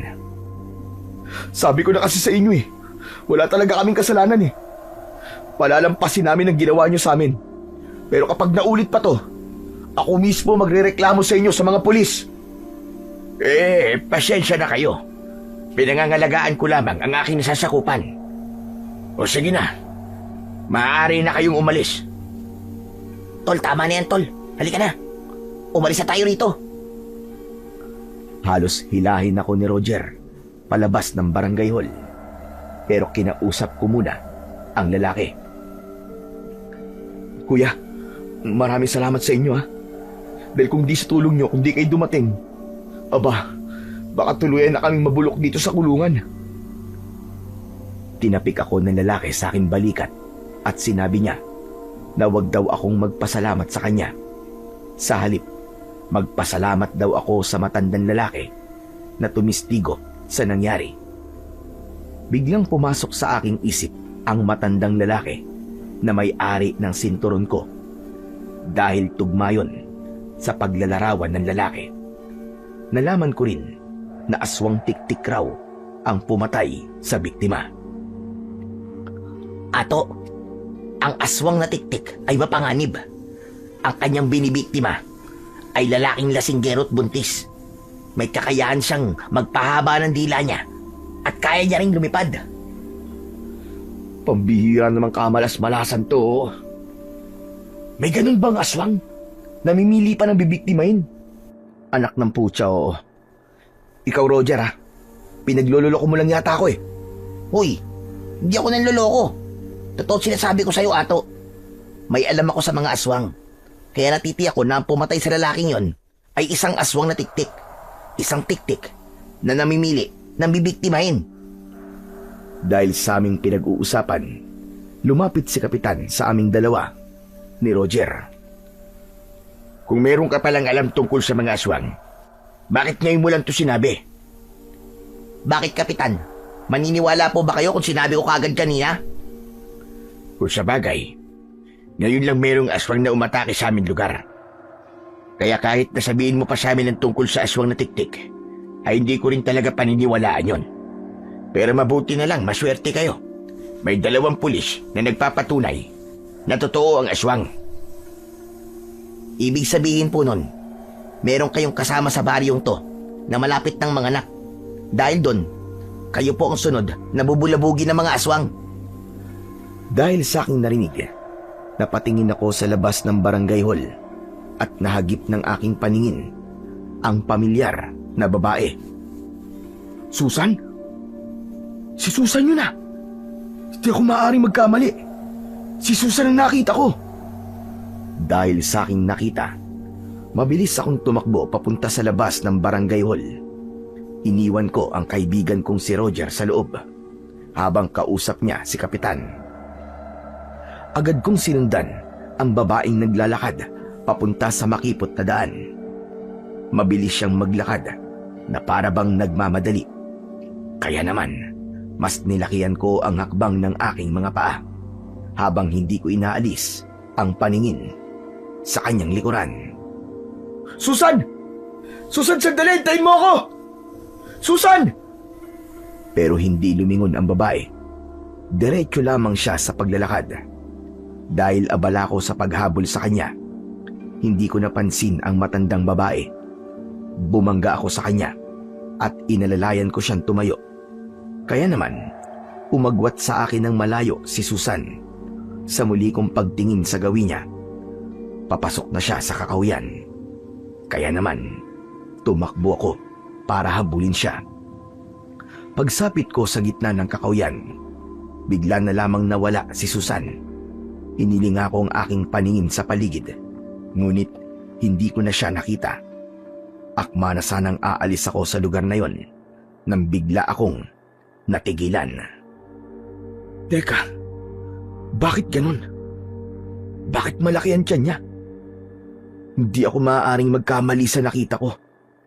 Buntis si Susan. Biglang bumundol ang kaba sa aking dibdib nang maalala ko ang itsura ni Susan. Hindi kaya niya ako iniwan? Dahil may iba na siyang lalaki. Maya-maya pa ay bigla akong nakarinig ng boses mula sa aking likuran. Paglingon ko, nakita ko ang matandang lalaki. Agad akong humarap sa kanya at napatitig sa kanyang muka. Mukha yatang may hinahanap ka sa lugar na ito. Ano pong ginagawa niyo rito? Sinundan kita para kasing may hinahabol kang babae sa lugar na ito kanina. Opo. Nakita niyo po ba ang babaeng hinahabol ko kanina? Oo, pero mabilis siyang nawala sa lugar na ito. Malakas ang kutob kong dito siya nakatira. Bakit mo siya hinahabol? Mangyaring siya po kasi ang dati kong asawa. Kung ganun, siya pala ang dahilan kung bakit umiinom ka ng alak araw-araw. Buntis na siya. Ibig sabihin, may pamilya na siya. Nakuyom ko ang aking kamao dahil parang may kutsilyong sumaksak sa aking dibdib. Para bang sasabog ang aking dibdib dahil sa labis na galit. Teka, maiba nga po pala tayo ng usapan. Tungkol po sa sinturon. Para po kasing may kakaiba sa sinturon na ibinenta niyo po sa akin. Oo nga, may kakaiba talaga dyan. Ang sinturon na yan ay mahiwaga. Hindi mo yan mahuhubad hanggat hindi ka gumagawa ng kabutihan. Ano po? Paano hindi ko na ito mahuhubad? Pambihira naman kayo. Paano ako makakapagpalit ng salawal? Abay, problema mo na yon. Ang sinturon lang ang hindi mo mahuhubad. Gumawa ka na lang ng paraan kung paano ka makakapagpalit ng salawal. Pinagluloko niyo po ba ako? Hindi kita niloloko, iyo. May dahilan kung bakit nasa iyo ang sinturon at kung bakit nandito kayo sa lugar na ito. Ano pong ibig niyo sabihin? Ang nagdala sa inyo rito para mapigilan ang napipintong pagsalakay ng mga aswang. Ikaw ang napili ko na humarap sa mga kampon ng kadiliman. Nasisiraan na po kayo ng ulo. Kung ano-ano na po pinagsasasabi niyo eh. Ang lakas ng tama niyo, Tatang. Hindi ako nasisiraan ng ulo at lalong hindi malakas ang tama ko. Imbis na masayang ang buhay mo sa alak, bakit hindi ka muna magkaroon ng pakinabang bago ka man lang mamatay? Napigilan ako sa aking narinig dahil mukhang hindi nga nagbibiro ang matanda. Ang mahiwagang sinturon ay gawa sa balat ng bakunawa. Kalokohan. Bakit hindi mo subukang hubarin ang sinturon mo? Sige, para malaman mong hindi kalokohan ang mga sinasabi ko sa'yo. Sige, porbahan mo. Napatitig ako sa mukha ng matanda at ginawa ko ang pagtanggal sa lock ng aking sinturon. Ngunit kahit na anong gawin ko, hindi ko talaga yon matanggal. Sa halip, lumiwanag ito ng malakas. O ano? Naniniwala ka na ba? Anong ginawa niyo sa akin? Sino po ba talaga kayo? Ako si Lolo Iskimo, ang nangangalaga sa lahat ng uri ng agimat. Isang agimat ang sinturon na yan. Habang nasa bewang mo yan, hindi ka tatablan ng kahit na anong sandata. Maliban na lang kung kagat at kalmot ng aswang. Ngunit magagamit mo yan na panlaban sa mga kampo ng kadiliman. Pero matatanggal mo lamang ang sinturon kapag nalagay ka sa panganib. Hihintayin ko pa po na manganib ang buhay ko bago ko matanggal ang sinturon na to. Pambihira naman buhay to. Tsaka tatang, bakit ako? Bakit ako napili nyo? Hindi naman ako nakikipaglaban sa mga kampo ng kadiliman, Lolo Iskimo eh. Dahil gusto kong magbago ka. Gusto kong ituwid mo ang buhay mo. Huwag mong sirain ang buhay mo sa pag-iinom ng alak. Imbis na sirain ang buhay mo, gumawa ka ng paraan para makatulong ka sa ibang tao. Ginagawa ko ito para sa'yo. Para malaman mo na may dahilan kung bakit nabubuhay ka pa rin hanggang ngayon. Huwag niyo akong pinagloloko. Kayong may gawa nito sa akin. Tapos tatanggapin ko ang tulong niyo. Hindi ko kailangan ng agimat niyo. Tanggalin niyo na to sa akin. Pasensya ka na. Pero matatanggal mo lang yan kapag natapos mo na ang misyon. Kahit matanggal mo sa datang yan sa bewang mo, hindi mo makokontrol ang sarili mo na hindi isuot yan sa katawan mo. Bakit niyo po ibinigay ito sa akin? Upang puksain ang kampo ng kadiliman. At kung hindi ko po sundin ang utos niyo, ano po mangyayari sa akin, Lolo Iskimo? Sa oras na hindi mo magamit ang sinturon na yan sa kabutihan, unti-unti ang hihigpit sa bewang mo hanggang sa hindi ka na makahinga at mamatay. Teka, ano to, sapilitan?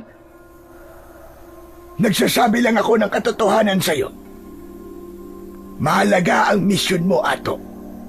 Patawarin mo ko, ngunit hindi ko na mababawi ang malaking responsibilidad na nakaatang sa balikat mo. Nangyari ang lahat ng ito bilang parusa sa'yo.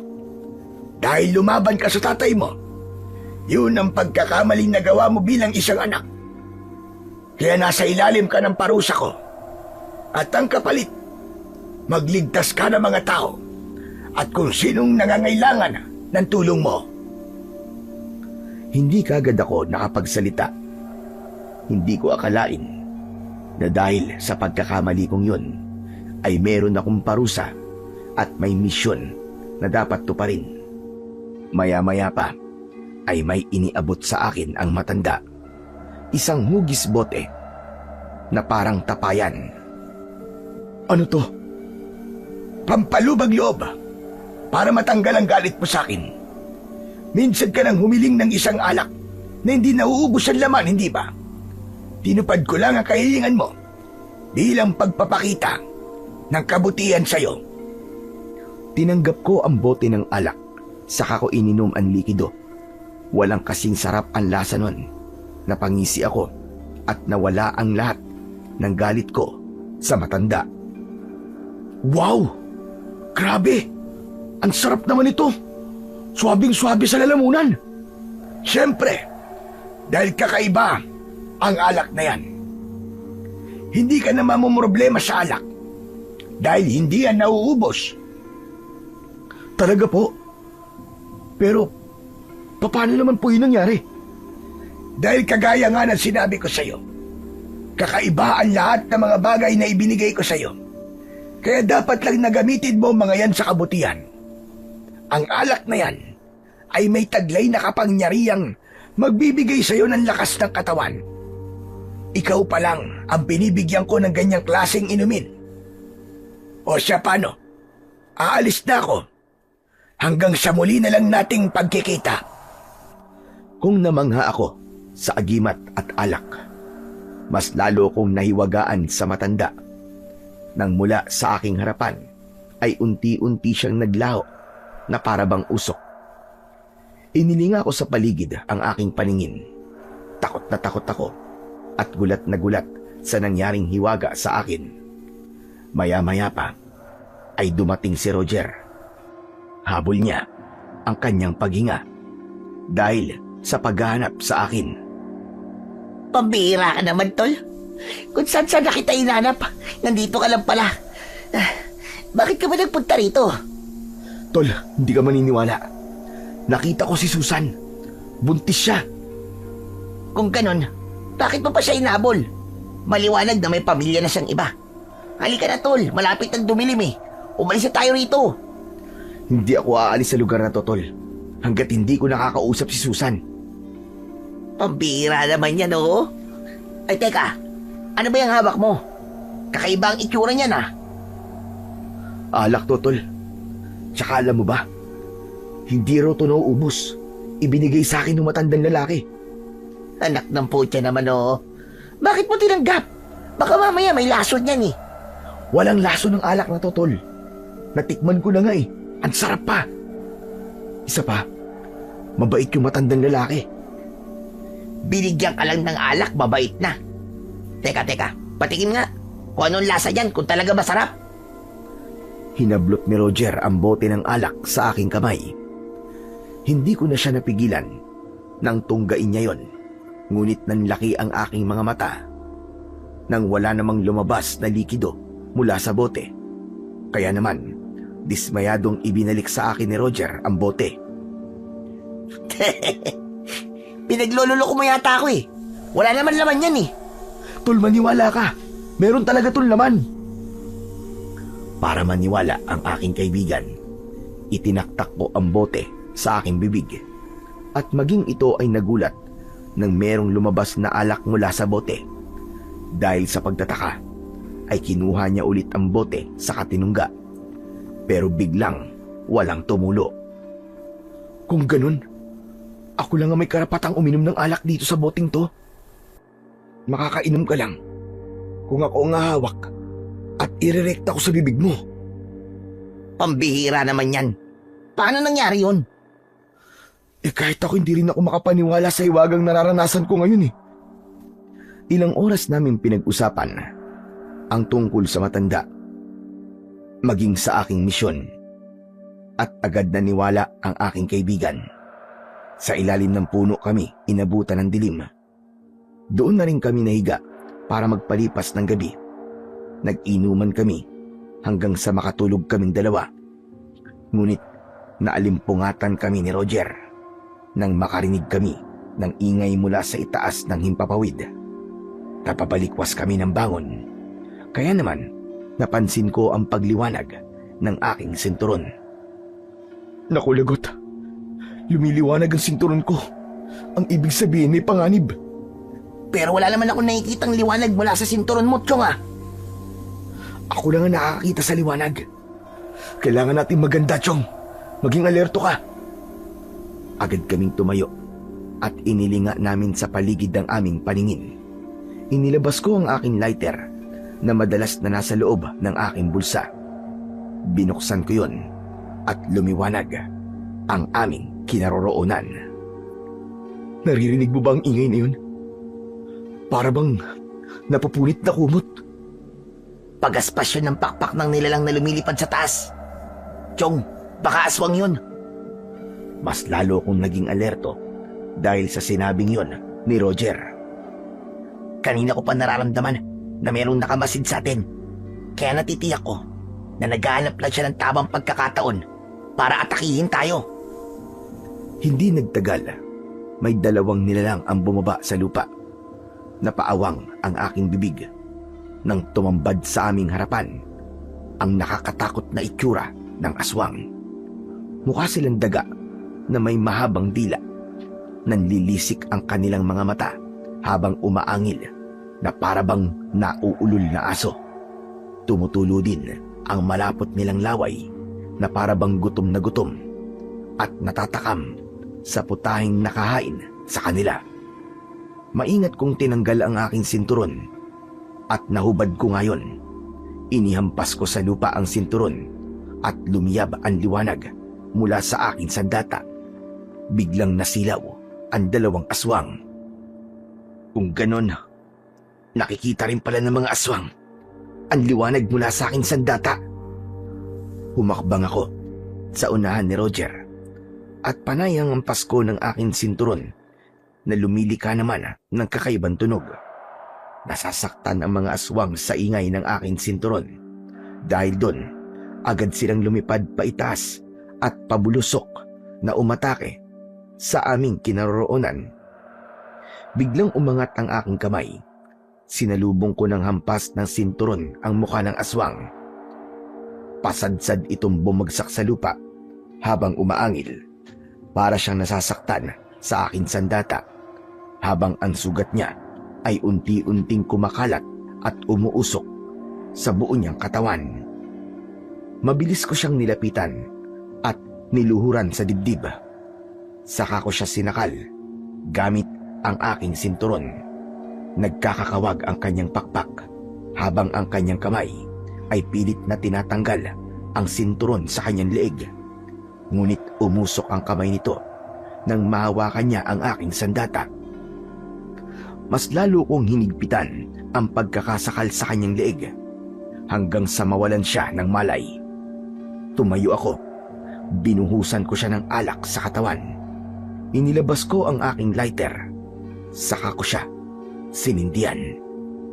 Nang lumiyab ang kanyang katawan, inatake naman ako ng isa pang aswang. Ngunit humarang kagad si Roger, kaya siya ang tinamaan ng kalmot sa dibdib. Tol, bakit? Bakit mo ginawa yun? Ba't tumarang ka? Napangiwi ang muka ng aking kaibigan dahil sa sakit.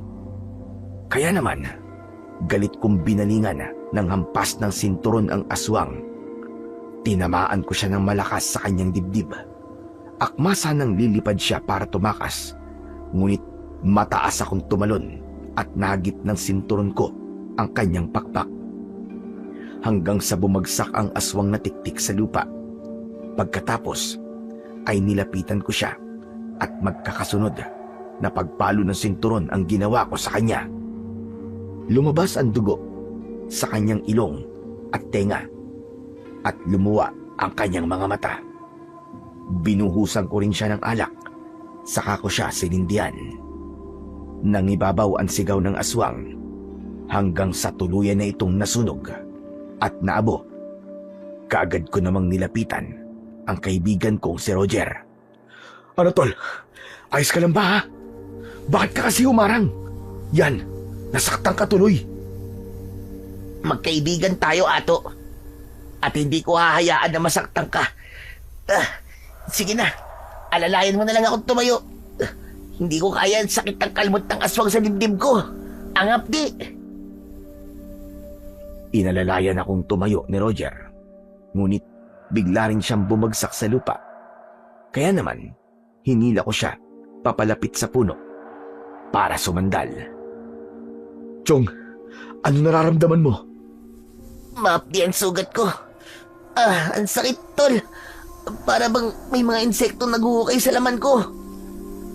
Agad kong sinira ang damit ng aking kaibigan na si Roger at tinignan ang kanyang sugat sa kanyang dibdib. Diyos ko, sa tingin ko, may kamandagang kalmot ng aswang na tiktik. Nangingitim na ang paligid ng sugat mo at mabilis na kumakalat. Kailangan matanggal ang kamandag. Napasulyap ako sa aking alak. Agad ko yung ibinuhos sa sugat ni Roger. Hoy, teka. Anong gagawin mo? Kagaya ng mga napapanood dati sa pelikula, sisindihan ang sugat para mamatay ang kamandag. Hindi ko nahihintay na tumutol si Roger. Sinindihan ko kagad ang sugat niya at agad ko rin na pinatay ang apoy. Napasigaw siya ng malakas dahil sa labis na sakit hanggang sa mawalan siya ng malay. Patawarin mo ko, Chong. Kailangan kong alisin ang kamandag sa sugat mo. Agad kong sinira ang laylayan ng damit ni Roger at yun ang ibinenda ko sa kanyang sugat. Dahil naman sa pagod ay agad din akong nakatulog. Kinabukasan, nagising akong may babaeng nakatayo sa aking harapan. Nanlaki ang aking mga mata nang makita ko si Susan. Nakatingin siya sa akin, kaya naman mabilis akong napatayo at titig na titig sa muka ng dati kong asawa. Susan? Ikaw na ba yan? Diyos ko, Susan, ikaw nga. Anong ginagawa mo rito? Ikaw ang dapat kong tanungin. Anong ginagawa mo sa lugar na to? Hindi ka dapat narito, Ato. Umalis na kayo. Isama mo ang kaibigan mo. Heto ang damit niya. Isuot mo to sa kanya. At umalis na kayo sa lugar na to. Ha? Pagkatapos ng ginawa mo sa akin, kung umasta ka parang walang nangyari? Matagal na tayong tapos, Ato. Lumikot ang mga mata ni Susan at hindi siya makatingin sa akin.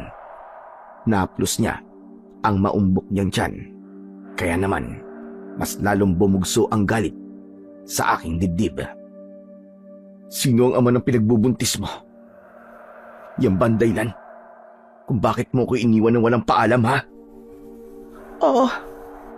At hindi mo na kailangan malaman pa kung sino ang ama ng pinagbubuntis ko. Ang mahalaga, mahal niya ako at kaya niya akong panindigan. Kaya tapusin na natin ang ugnayan nating dalawa.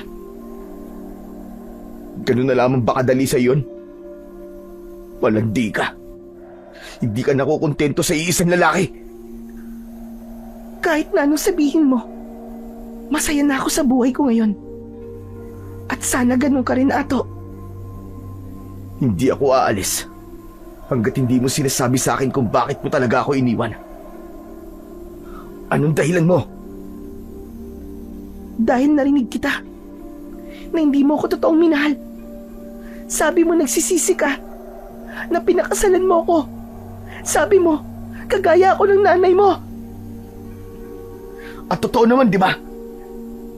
Nagpabuntis ka pa nga sa ibang lalaki. Alam mo ba kung gaano kasakit sa akin ang ginawa mo, ha? Parang gusto kitang patayin. Parang gusto kong patayin kayo ng lalaki mo. Kung tunay kang lalaki, tatanggapin mo ang desisyon ko. Tanggapin mo na lang ang katotohanan na hindi tayo ang para sa isa't isa, Ato.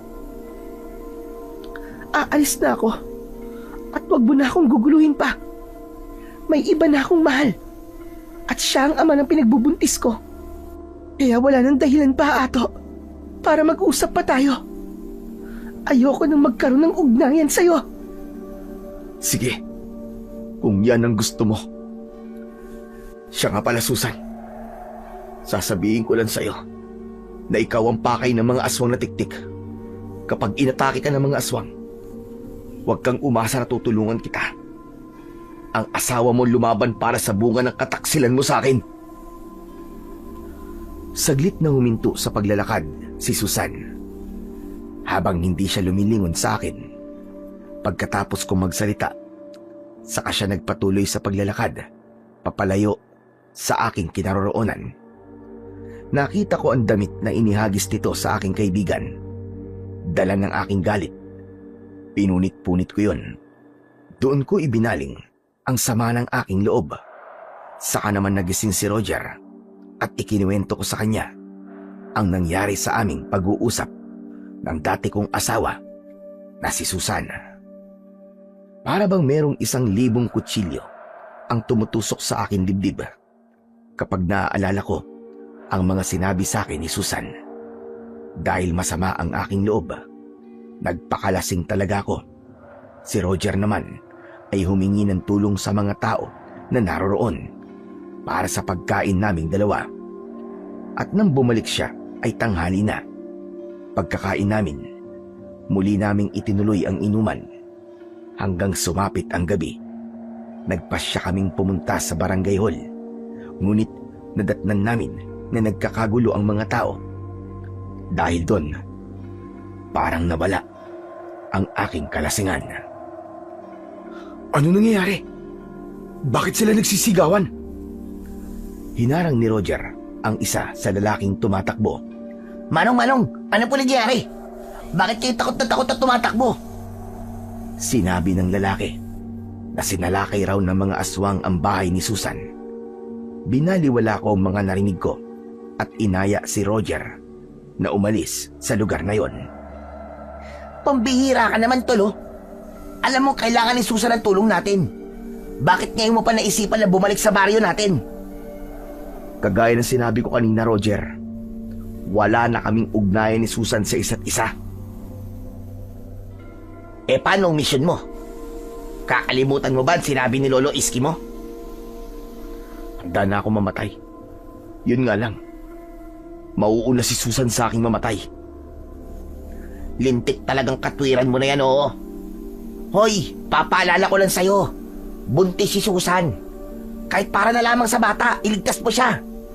Nakakadismaya ka. Wala kang kwentang tao. Ayos ka lang ba, ha, Roger? Sinasabi mo ba na ililigtas ko ang bunga ng katakasilan niya? Hindi ako tanga. Kung mamamatay siya, kapalaran niya yun. Agad na tumama sa aking muka ang kamao ni Roger at galit niya akong dinuro. Kung kaya mong tiisin si Susan, ako hindi. Kahit hindi ko kilala si Susan, ililigtas ko siya para sa batang nasa sinapupulan niya na wala namang kasalanan. Hindi na hinintay ni Roger na sumagot ako. Iniwan niya ako at sumama siya sa mga kalalakian na handang tumulong kay Susan.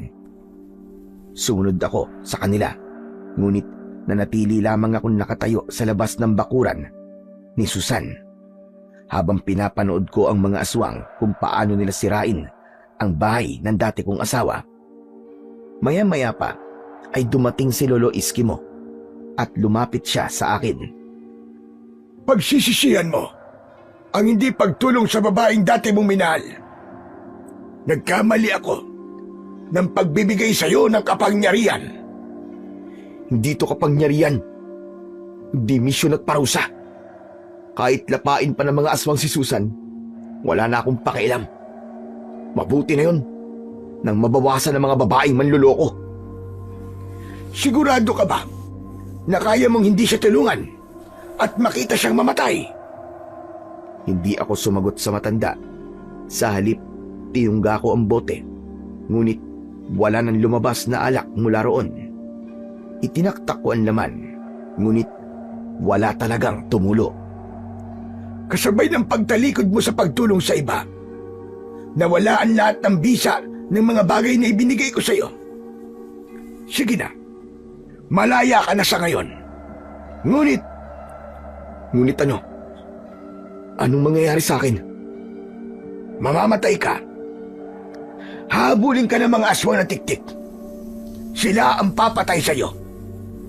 Bigla kong kinilabutan sa aking narinig. Bigla kong nag-alala para sa aking kaligtasan.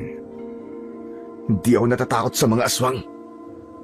Kaya kung wala na kayong ibang sasabihin sa akin, ang mabuti pa, lumayo kayo sa akin at huwag niyo na akong guguluhin.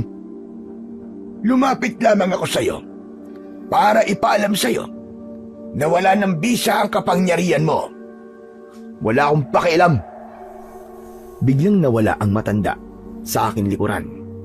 Kasabay ng kanyang pagkawala, ang paglaho ng malakas na enerhiyang bumabalot sa aking katawan. At hindi nagkamali ang matanda. Kasunod ng panghihina ko, huminto ang mga aswang sa pag-atake sa bahay ni Susan. Lahat sila napatingin sa gawi ko. Bumundol ang kaba sa aking dibdib nang lahat sila ay pasugod para umatake sa akin. Wala na akong nagawa kundi ang tumakbo. Tulong! Tulungan niyo ako! Saklolo! Lahat ng mga nadaanan ko na aswang na tiktik ay humabol na rin sa akin na para bang ako lamang ang kanilang nakikita. Takot na takot ako at hinubad ko ang aking sinturon. Sinubukan kong gamitin yon laban sa kanila. Sige! Lumapit kayo mga lintik kayo! Lalabanan ko kayo! Agad na sumugod sa akin ang isang aswang na tiktik.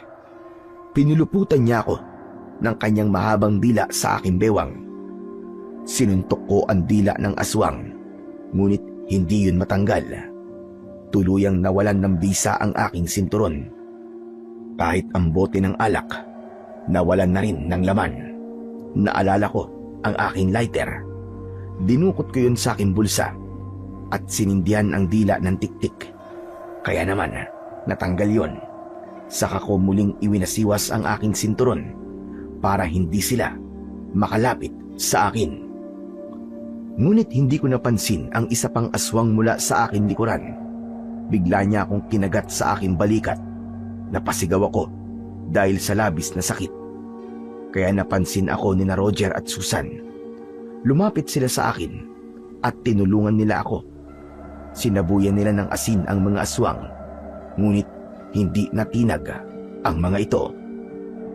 Tol, hindi sila tinatamla ng asin. Anong gagawin ko? Umalis na kayo! Huwag niyo na akong tulungan! Sige na! Si Susan! Ilayo mo siya rito, Roger! Bilisan mo! Sa unang pagkakataon, bigla akong nag-alala para kay Susan. Nang makita ko siyang tinulungan niya ako. Kahit hindi ko siya tinulungan kanina, ay biglang nawala ang galit ko at napalitan ng pangunawa. Ngunit hindi umalis si Susan. Inubos niya ang asin sa mga kalaban, pero hindi sila pinansin ng mga aswang. Ako talaga ang balak nilang patayin. Kaya naman, ginamit ko ang aking kamao. Ibinalot ko sa aking kamay ang sinturon at inatake ko sila ng suntok sa muka. Ganon din ang ginawa ng aking kaibigan. Ang taong bayan naman ay tumulong na rin sa amin. Nakipagpambuno kami sa maraming aswang na tiktik. Habang inaatake ako ng aswang, ay biglang dumating ang aking ama na si Doroteo. Anak! Nandito na ako! Lumabang ka sa kanila! Patayin mo ang mga aswang na tiktik! Tinaga ni tatay ang likod ng aswang. Gulat na gulat ako kung paano siya nakarating sa lugar na yon, lalo na nang makipagsabayan siya sa mas maraming aswang na tiktik. Tuluyan na kaming nakipagpambuno sa mga aswang. Marami ang namatay sa mga aswang na tiktik, ngunit marami ang tumakas hanggang sa pumagitna ang katahimikan sa buong baryo. Nagkalat ang sugatan ng mga tao, katabi ang bangkay ng mga tiktik. Bigla akong nanghina dahil sa mga sugat sa aking katawan, hanggang sa mawalan ako ng malay. Kalat na ang liwanag sa paligid nang magising ako mula sa pagkakatulog. Katabi ko si tatay habang hawak niya ang aking kamay. Anak, ayos ka lang ba? Kumusta na ang pakiramdam mo? Ayos lang po ako, tay. Salamat po, tinulungan niyo ako. Tay, patawarin niyo ako. Naging masama akong anak. Huwag kang humingi sa akin ng tawad, anak. Alam ko naman na hindi mo yun sinasadya. Alam mo bang hinanap kita? Ilang araw kang nawawala. Sobra na akong nag-aalala para sa'yo, anak. Pero tay, paano niyo po ako natuntun dito? Mabuti na lang at merong nakakita sa inyo na sumakay raw kayo ng bus. May kasama raw kayong matandang lalaki. Yung matandang lalaki na yun, nag-iwan na sulat sa kanya na pinabibigay naman sa akin. Sinabi niyang sa baryo ng Santa Rosa raw kayo dadalhin. Anak, sino ba matandang lalaki nagdala sa inyo rito? Isa lamang po siyang kaibigan, tay. Huwag niyo na po yung alalahanin. Ang mahalaga po, ligtas na po tayo. Magsasalita pa sana ako nang mahagip ng aking paningin si Susan. Nakatayo siya sa tabi ni Roger habang nakatingin sa akin. Dahan-dahan akong bumangon sa katre. Saka muling nagsalita. Ayos ka lang ba, Susan? Patawarin mo ako. Patawarin mo ako kung hinayaan kong atakihin ka ng mga aswang kagabi. Nagpadala ako sa galit ko. Huwag mo nang alalahanin yon. Ayos lang ako. Anak, umalis na tayo sa lugar na to. Hindi po ako aalis dito, tay. May kailangan pa po akong tuparin na misyon. Kailangan ko pong iligtas sa mga tao rito. Alang-alang na rin sa kaligtasan ni Susan at ng magiging anak niya. Ano ka mo? Misyon? Aba, anong klaseng misyon yun, anak? Darating daw po ang mga aswang sa baryong to at bubulabugin nilang mga tao rito. Kukunin ang lahat ng mga buntis at papatayin. Kung ganun, aswang na tiktik ang kalaban mo rito, anak. Pero wala ka naman panlaban sa kanila, di ba? Munti ka na nga mapahamak. Siya nga naman, Ato. Huwag mo na akong alalahanin. Hindi ako pababayaan ng Diyos. walang mangyayaring masama sa akin. Di ako aalis sa lugar na to, Susan. Babantayan kita hanggang sa makapanganak ka. Tanggap ko na wala na tayo. Kaya pinapalaya na kita. Ngunit kailangan kitang protektahan laban sa mga aswang. Teka, nasan ba ang asawa mo? Ha? Dahil biglang naging balisa si Susan, dumako ang aking paningin sa suot niyang singsing. Ngunit nasa inlilit niyang daliri yun. Napako rin ang aking paningin sa suot na singsing ni Roger dahil magkapareho yun ng itsura. Napabalikwas ako ng tayo at bumakas ang galit sa aking muka. Roger? Susan? Bakit pareho kayo ng singsing sa daliri? Gulat na napatingin si Roger sa kanyang kamay at ganon din si Susan. Nagkatinginan ang dalawa at bumakas sa kanilang muka ang pagtataka. Kung ganon, si Roger ang ama na pinagbubuntis mo, ha, Susan? Kailan pa? Kailan niyo pa ako niloloko? Tsaka paano nangyari yun? Tol, maniwala ka, wala akong alam. Isa pa, hindi ko alam kung bakit magkapareho kami ng singsing ni Susan. Nakikilan sa pagsasalita si Roger nang mapatitig siya sa mukha ni Susan.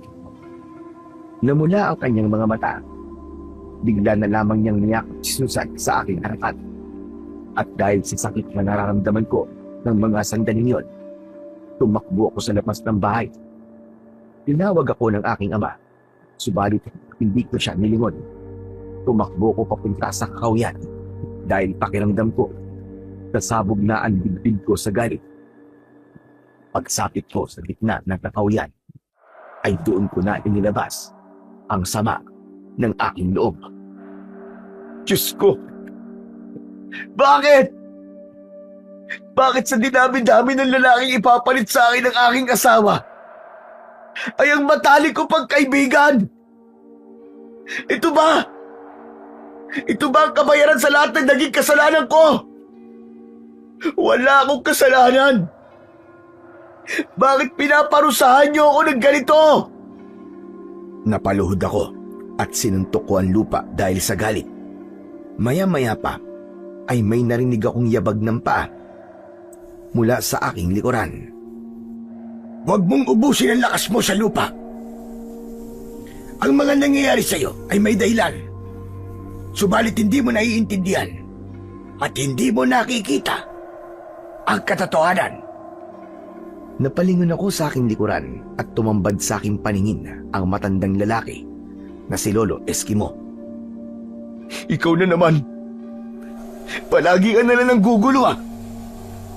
Palagi ka na lang sumusunod sa akin. Ano ba kailangan mo? Hindi kita ginugulo. Ikaw ang may kailangan sa akin. Wala akong kailangan sa'yo. Iba ang kailangan ko. Wala akong ibang gusto kundi ang maibalik ang bisa ng sinturon. Kahit hindi na yung alak. Kahit yung sinturon na lang. Paano ko lalabanan ng mga aswang kung wala naman akong sandata na magagamit laban sa kanila? Ikaw ang dahilan kung bakit nawala ang bisa ng mga yan. Kaya ikaw rin ang magbabalik sa bisa ng sandata. Mamayang gabi, sasalakay na ang mga aswang at kailangan mo nang tuparin ang iyong misyon. Wala na akong misyon dahil wala nang bisa ang sandata ko. Pero ikaw ang papatayin nila. Yun ang kapalit ng pagkawala ng bisa ng sinturon. Hindi nila mapipigilan ang kanilang sarili na hindi ka patayin. Magiging mabango ka para sa kanila. Paano ko may babalik ang bisa ng aking sinturon? Babalik ang bisa ng kapangyarihan ng sinturon kapag nawala ng galit sa dibdib mo at malaman mo kung ano ang dahilan kung bakit naririto ka sa lugar na ito. Kailangan ko lang umalis hanggang sa muli nating pagkikita. Mabilis na tumakbo ang matanda papalayo sa akin hanggang sa tuluyan na siyang nawala sa aking paningin. Nanatili ako sa kakauyan habang pinag-iisipan ang mga gagawin. Hindi ko pa kayang harapin sina Roger at Susan dahil hindi ako makapaniwalang nagawa nila yon sa akin. Nagpalipas ako ng ilang oras sa kakauyan hanggang sa pagsapit ng gabi. Biglang dumating si Roger. Tol! Tol, tulungan mo ako. Nakikiusap ako sa'yo. Bakit ka nandito? Niloko mo ko, hayop ka. Huwag mo na akong kausapin. Tol, tulungan mo ako. Si Susan. Dinala si Susan. Kinuha siya ng mga aswang sa pangungunan ni Kapitan. Ano sabi mo? Si Kapitan, Tol. Si Kapitan ang totoong pinuno ng mga aswang na tiktik. Siya ang supremo. Balak nilang kunin ang anak ni Susan. Tol, nakikiusap ako. Tulungan mo ako. Wala akong pakialam sa anak nyo. Hindi ko anak ang ipinagbubuntis si Susan. Ano ka ba? Kundi anak niyang dalawa ni Susan. Kalokohan. Huwag mo nang bilugin ang ulo ko. Kapatid ko si Susan, Ato. Kapatid ko siya. Siya si Lorna. Ang kapatid ko na matagal ko nang hinahanap. Siyang nagsabi sa akin na anak ninyong ipinagbubuntis niya. Kaya kumilos ka na, Ato. Iligtas mo ang mag-ina mo. Iligtas mo ang kapatid ko. Hindi kagad ako nakapagsalita at kinilabutan ako ng gusto sa aking mga narinig. Sinuri ko ang mukha ni Roger kung nagsasabi ba siya sa akin ng totoo. Pero maya-maya lang ay dumating din si tatay at ito ang nagpatunay na totoo ang sinasabi sa akin ni Roger. Maniwala ka anak kay Roger. Alam ko ang totoong dahilan kung bakit iniwan ka ni Susan. Si Susan ang nakatakdang magsilang. Nagkagawin nila supremo ng mga aswang. Nangyari yon dahil sa mga taong umampun sa kanya. Nagpakalayo-layo siya at tumakas sa kanilang lugar. Ngunit natuntun siya rito, anak. Nasa panganib ang mag-ina mo. Paano nangyari yon? Paanong umabot sa ganito, tay? Dahil si Susan ang nakainom ng mutya ng mga aswang. Yung mga taong umampun sa kanya, hindi niya alam na aswang. Ipinagtapat niya sa akin ang kanyang pasya noon at nakiusap siya na huwag kong sabihin sa iyo ang kanyang dahilan dahil baka hindi mo siya matanggap. Gusto niya na mamuhay ng tahimik at malaya na hindi nagdadala ng mutya ng mga aswang. Gusto niyang iligtas ang inyong anak. Nagsakripisyo siya para hindi ka madamay. Kaya pinili niyang iwan ka. Pumatak ang luha sa aking mga mata. Bumundol ang kaba sa aking dibdib. Napalitan ng takot ang nararamdaman kong galit kanina. Kaya naman, napatingin ako kay tatay. Saan po nila dinala ang mag-ina ko? Bago kami nagpunta rito, may isang matandang lalaki ang nagsabi na ang kuta raw ng mga aswang ang may tatagpuan sa gitna ng kagubatan. Matutukoy raw natin ang kinaroroonan ng mga aswang dahil sa liwanag na nanggagaling sa milog na buwan. Magkakaroon daw ng direktang pagsikat ng buwan sa lugar mismo ng pagdadausan ng pag-aalay. Anak, wala ng oras. Kailangan nating iligtas sa mga binihag nilang buntis. Sabay-sabay silang papatayin bilang alay sa kanila supremo. Hindi na ako nag-aksaya ng oras. Lahat kami ay agad na tinakandaan papasok sa kagubatan. Habang nakatingala sa langit at sinusundan ang liwanag ng buwan, bigla akong nakaramdam ng uwaw dahil sa malayo namin paglalakbay. Nakapako sa aking bewang ang nakasabit na bote ng alak. Saglit kong tinunggayon at nainom ko ang laman nun, pero agad din akong natigilan. Teka, may alak na akong nainom sa boteng to. Kung ganun, bumalik na ang bisa ng aking sandata. Diyos ko, maraming salamat po. Ito pala ang ibig sabihin ni Lolo Iskino. Babalik ang bisa ng aking kapangyarihan kapag nalaman ko ng buong katotohanan. Katotohanan na ang babaeng inililigtas ko ay nagdadala ng aming anak. Maging sina Tatay at Roger ay hindi rin makapaniwala sa aking naikwento. Maya-maya pa ay sumugod na kami sa kuta ng mga aswang. Pagkalipas ng ilang oras na paglalakad, narating namin ang kinaroroonan ng mga aswang. Nadatnan namin ang nagpupulong na mga aswang habang nakahiga ang aking asawa sa lamesa. Nakatali siya roon Ganun din ang iba pang mga buntis, habang ang kapitan ay may hawak na punyal na nakatapat sa tiyan ng aking asawa.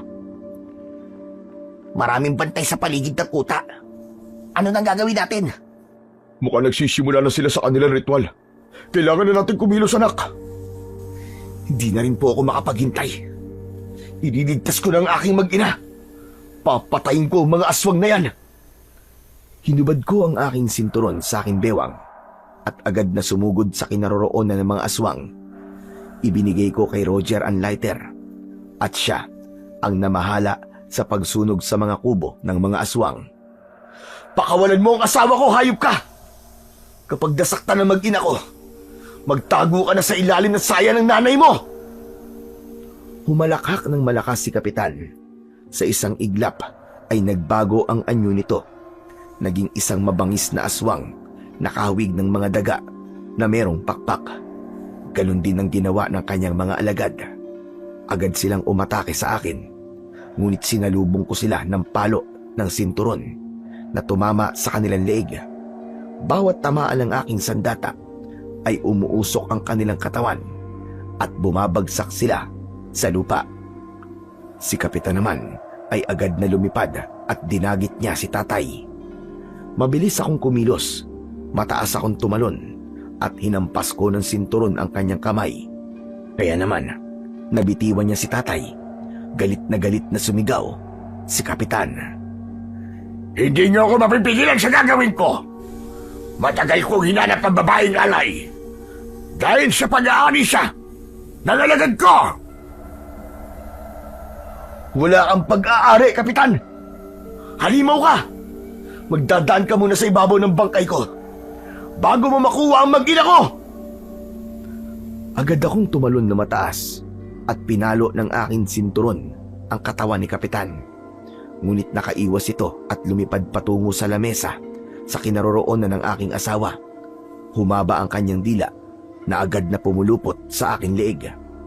Nagpumiglas ako. Pilit kong tinatanggal ang pagkakasakal ng dila niya sa leeg ko. Ubod lakas kong pinalo ang kanyang dila. Nang hindi siya natinag, ginamit ko ang alak at ibinuhos ko yun sa kanyang dila. Roger! Akin ang lighter! Agad na ibinato sa akin ni Roger ang lighter at nasalo ko yun. Kasunod ng pagsindi ko ng apoy sa dila ng aswang, naputol yun at bumagsak sa lupa si Kapitan. Agad siyang bumangon. Gumanti siya ng kalmot, ngunit sinalubong ko siya ng hagupit ng aking sinturon at tumama yun sa kanyang muka na nag-iwan ng malalim na sugat. Bumagsak siya uli sa lupa hanggang sa binuhusan ko ng alak ang kanyang katawan na lalong nagpapdi sa kanyang sugat. Anak! Pagkakataon mo na! Patayin mo na siya! Hindi na ako nag-aksaya ng oras. Walang awa ko siyang pinaghahagupit ng aking sinturon sa iba't ibang parte ng kanyang katawan.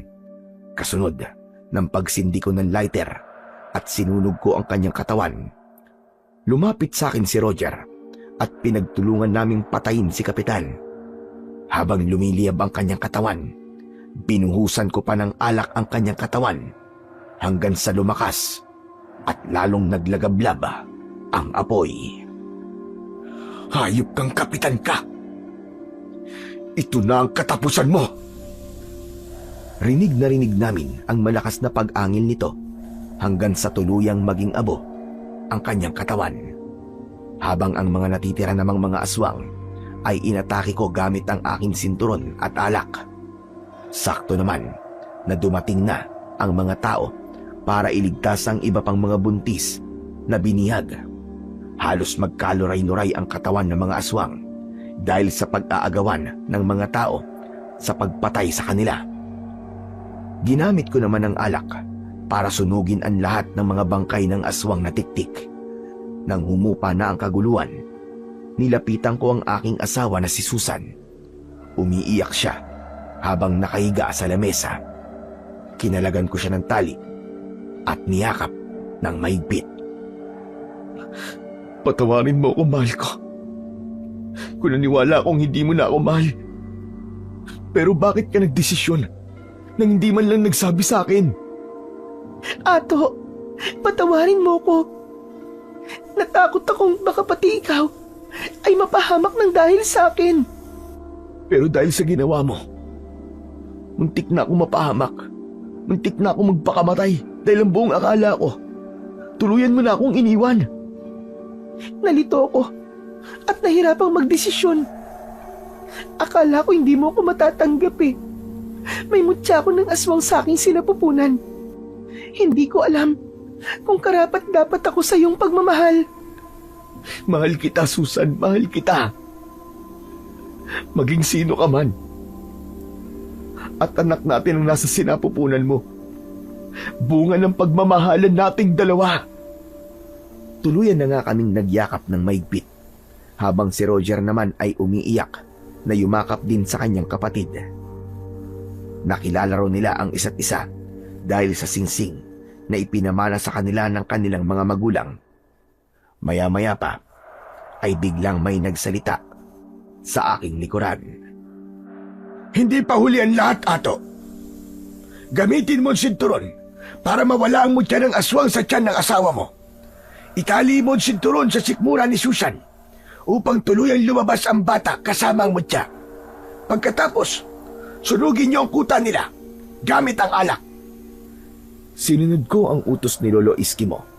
Kaming dalawa lang ni Susan ang nakapansin kung paano naglaho ang mahiwagang matanda na sa huli ay nalaman ko na isa palang engkanto na nangangalaga sa mga agimat. Isang mahiwagang ermitanyo. Nang gabing yun, nagsilang ng malusog na batang lalaki si Susan. Ang iyak ng aming anak sa gitna ng kagubatan ang naging hudyat na ligtas na ang lahat mula sa mga aswang. Nawala ang kanilang bakas at tuluyang kaming nakaligtas. Bumalik kami sa baryo namin at nagsama kami ni Susan.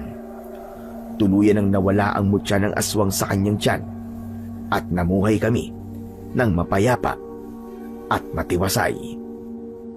Si Roger naman ay isa ng pulis at kasama namin sa baryo ng Alimpok. Si tatay ay pumanaw na, may 10 taon na ang nakakalipas. Magmula rin ng gabing yun, hindi rin nagpakita pa sa akin si Lolo Iskimo. Ang sinturon at mahiwagang bote ng alak naman ay tuluyan na naglaho. Masasabi kong ang paggawa ng kabutihan sa ating kapwa ang mabisa talagang sandata laban sa kasamaan. Kahit galit tayo sa isang tao, kailangan nating magpatawad at gawan pa rin sila ng kabutihan. Dahil ang Panginoon, kahit malaki ang ating nagawang kasalanan sa Kanya, patuloy pa rin siyang tumutulong sa atin nang walang hinihintay na kapalit. Hanggang dito na lamang po ang aking istorya. Lubos na nagpapasalamat, Ato.